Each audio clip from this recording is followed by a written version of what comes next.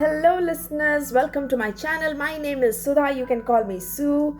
The name of my channel is Read to Me Sue, where I read out different kinds of books. I love reading, and I thought, why not make videos out of it where people can listen to the books that they like. Currently, we are reading the book IkiGai. Well, if you like my videos, please do like, share, and subscribe to my channel. Your support will help me a lot in a very different way, in a long way. So please share, subscribe to my channel. Read to me Sue. So yes, as I was saying, we were reading the book IkiGai. It's a very nice book. I'm trying to inculcate certain habits after reading this book. Well, to be honest, I was doing yoga and then I became pregnant and then I stopped it. So I'm trying to go back to that phase of my life where I was very disciplined. I used to wake up early in the morning, do yoga, have breakfast, have a healthy life.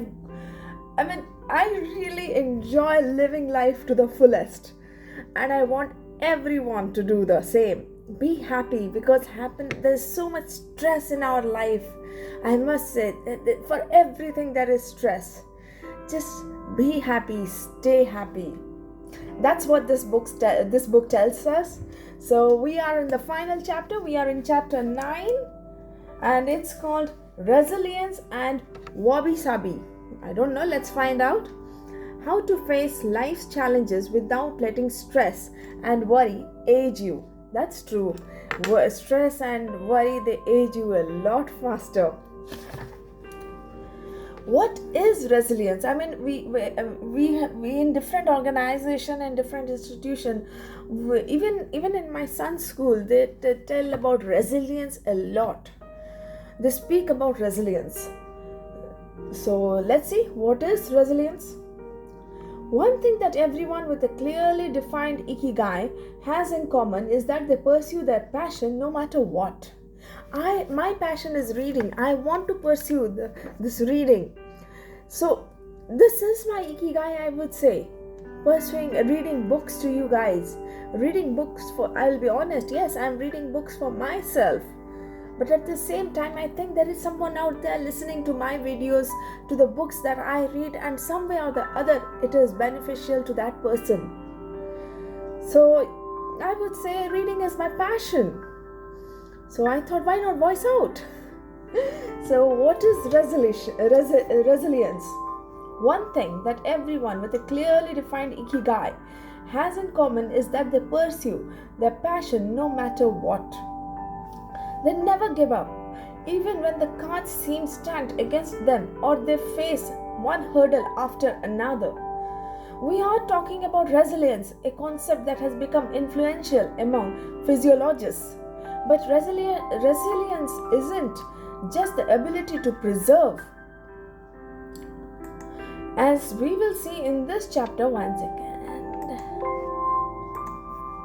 As we will see in this chapter, it is also an outlook we can cultivate to stay focused on the important things in life rather than what is more urgent, and to keep ourselves from being carried away by negative emotions, which is very easy to be carried away by negative emotions. Ask me, I always get carried away with negative emotions.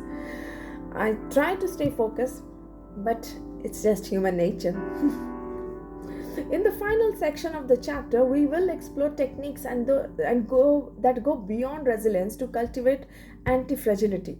Sooner or later, we all have to face difficult moments, and the way we do this can make a huge difference to our quality of life. Proper training for our mind, body, and emotional resilience is essential for confronting life's ups and downs. Nana Korobi Yahoki, fall 7 times, rise 8. Japanese proverb. Nana Korobi Yaoki. That means fall 7 times, rise 8.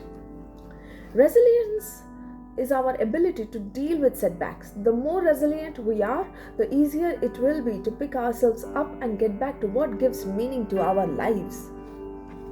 Resilient people know how to stay focused on their objectives, on what matters, without giving in to discouragement. Their flexibility is the source of their strength. They know how to adapt to change and to reversals of fortune. They concentrate on the things they can control and don't worry about those they can't. I mean, isn't it so beautiful? We always get stressed about things which are beyond our control. Sudha, wake up. I think Sudha has to be more resilient. I have to be more resilient, yes. In the words of the famous Serenity Prayer of Reinhold Niebuhr, God, give us grace to accept with serenity the things that cannot be changed, courage to change the things which should be changed, and the wisdom to distinguish the one from the other. Emotional resilience through Buddhism and Stoicism. Siddhartha Gautama Buddha was born a prince of Kapilavastu, Nepal, and grew up in a palace surrounded by riches. At 16, he married and had a child.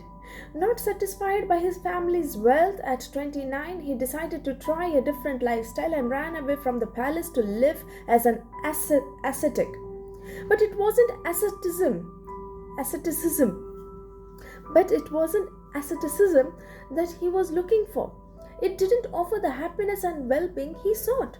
Neither wealth nor extreme asceticism worked for him. He realized that a wise person should not ignore life's pleasure. A wise person can live with these pleasures but should always remain conscious of how easy it is to be enslaved by them. Zeno of Citium began his studies with the Cynics. The Cynics also led ascetic lives, leaving behind all earthly pleasures. They lived in the street, and the only thing they owned was the clothing on their backs. Seeing that cynicism did not give him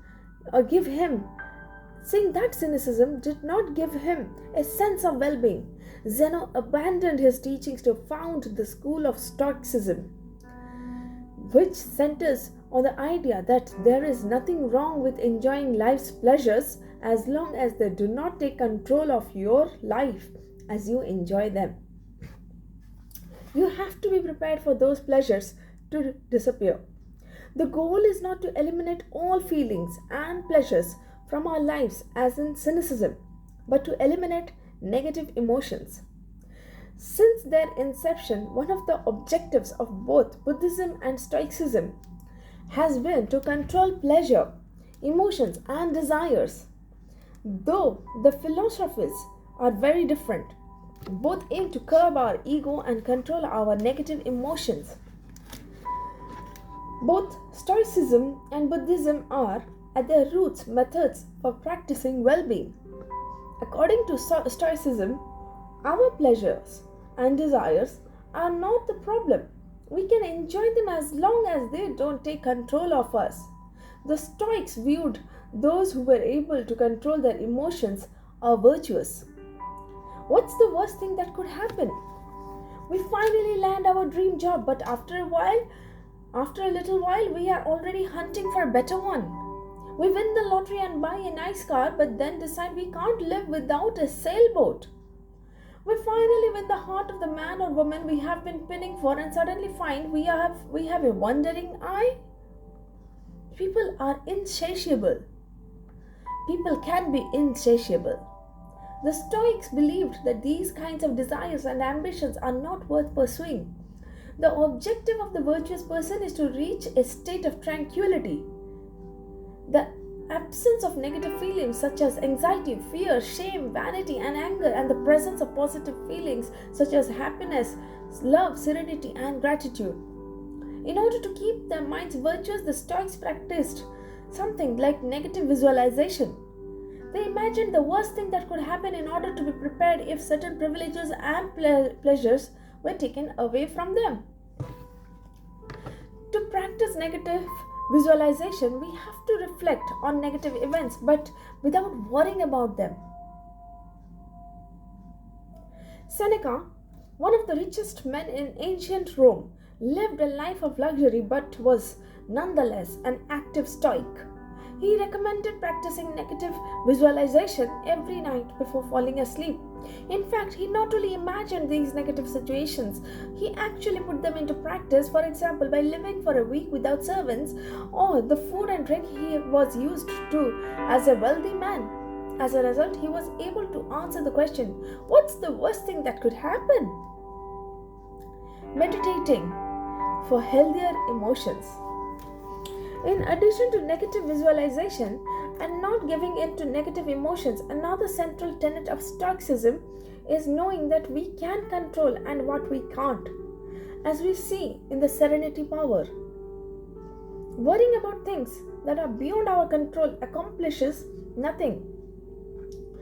We should have a clear sense of what we can change and what we can't, which in turn will allow us to resist giving in to negative emotions. In the words of Epictetus, it's not what happens to you but how you react that matters. In Zen Buddhism, meditation is a way to become aware of our desires and emotions and thereby free ourselves from them. It is not simply a question of keeping the mind free of thoughts, but instead involves observing our thoughts and emotions as they appear, without getting carried away by them. In this way, we train our minds not to get swept up in anger, jealousy, or resentment. One of the most commonly used mantras in Buddhism focuses on controlling negative emotions.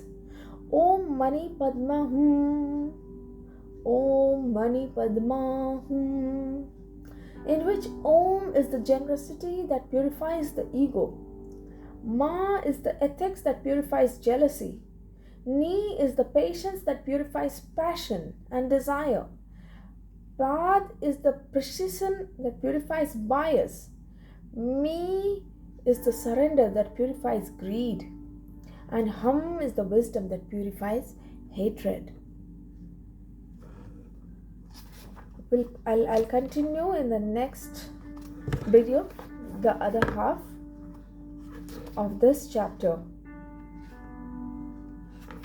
I'll make it in 3 videos because it's quite a long chapter. So I'll make it in 3 small videos. Thank you so much. I'll see you in the next video. Thank you.